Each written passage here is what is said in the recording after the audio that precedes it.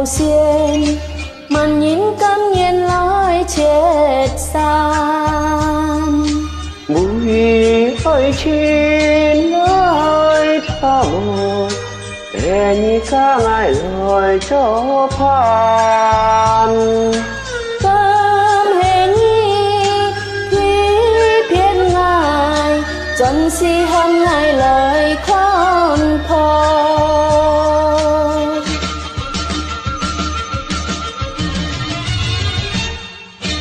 Tâm nhìn bụi ơi chín tâm liêu tô trên chín lý trường ơi trên nhớ mà ai gì xì. Cây hoa trong chín có chín ha si có mồ sàn mình hỏi sẽ téo mùi nhong bơi lan. Phương cho chiếu ăn lòng Vì cho ăn thay dùng to chỉ cả hỏi chín bởi phía nhau.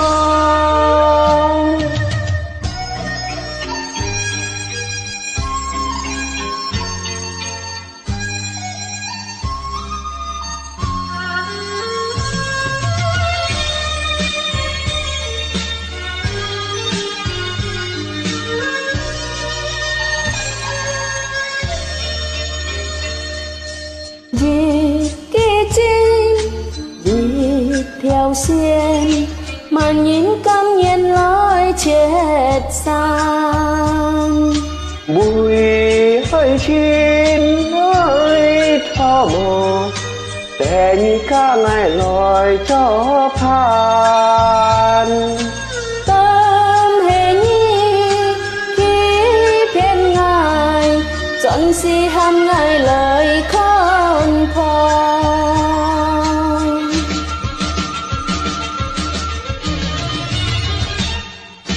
Tâm nhìn bụi ơi chín tâm liêu to trên chín lý trùng ơi trên nhớ mà ai gì xì. Cây hoa trong chín có chín ha si có mồ sàn mình hỏi sẽ téo mùi nhong bơi lan. Phương cho chiếu ăn lòng Suy cho ăn thay dùng to chỉ cả hỏi chín bởi phía nhau.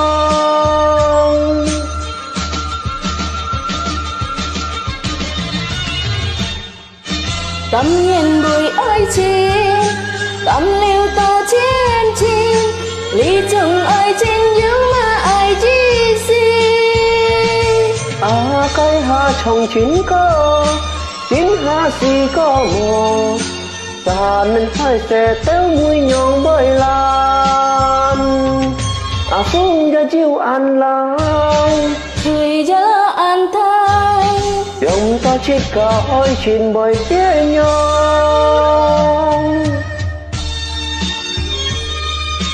Tiếp theo